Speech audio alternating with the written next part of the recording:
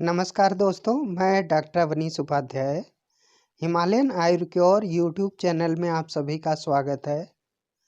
आज हम आयुर्वेद की एक महत्वपूर्ण औषधि पंचकोल चूर्ण के बारे में चर्चा करेंगे। यह मुख्यतः बदहजमी, भूख ना लगना, बवासीर यानी कि पाइल्स आदि के इलाज में आयुर्वेदिक चिकित्सकों द्वारा प्रयुक्त किया जाता है। आज इसी के घटकों और अन्य लाभों के बारे में बातचीत करेंगे। उससे पहले आप सभी दोस्तों से निवेदन है कि आप इस चैनल को सब्सक्राइब करें और बेल आइकन दबाएं, जिससे आपको आगे आने वाली वीडियोज की जानकारी मिलती रहे।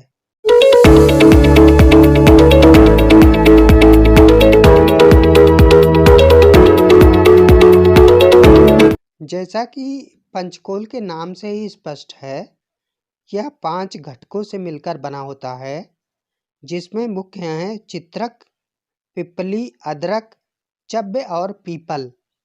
इनके जो महत्वपूर्ण गुण और प्रकृति होती है वो इस प्रकार होती है।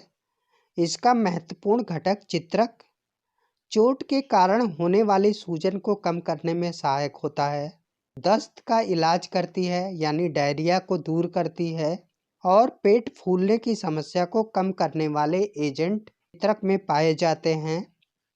इसका दूसरा महत्वपूर्ण घटक पिप्पली, यह भी चोट के कारण होने वाली सूजन को कम करता है, ऑक्सीडेटिव स्ट्रेस को कम करने में सहायक होते हैं। पिपली में भूख को बढ़ाने के मददगार तत्व पाए जाते हैं। यह पाचक एंजाइम्स का स्राव उत्तेजित करता है और पाचन क्रिया को बेहतर करने में सहायक होता है।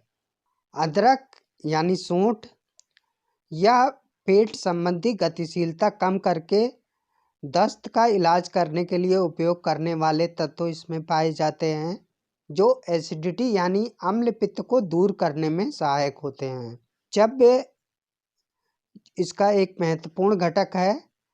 यह जठर तंत्र के कार्य को धीमा करके दस्त का इलाज करती है। पीपल इसका अन्य महत्वपूर्ण घटक है।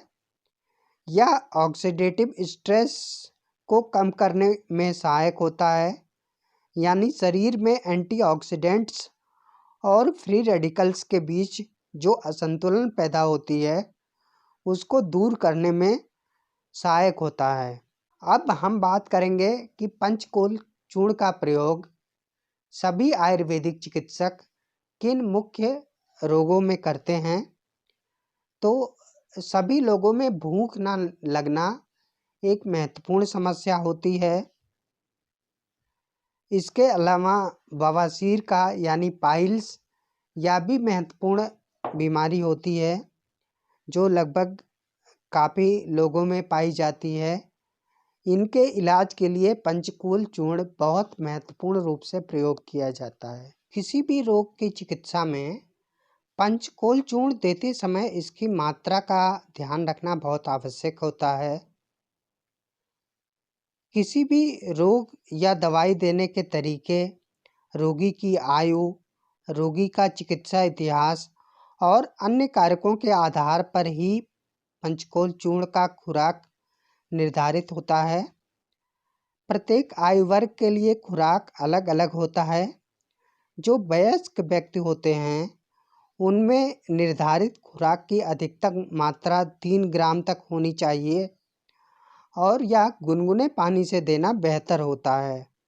पंचकोल चूर्ण के दुष्प्रभावों यानी इसके साइड इफ़ेक्ट्स की बात करें तो इसके साइड इफ़ेक्ट्स के विषय में कोई वैज्ञानिक अनुसंधान नहीं है, इसलिए इसे देते समय छोटे बच्चे, गर्भवती महिलाओं, स्तनपान करने वाली महिलाओं और बुजुर्गों में देते समय सावधानी पूर्वक किसी चिकित्सक की सलाह में ही पंचकोल चूर्ण का प्रयोग करना चाहिए।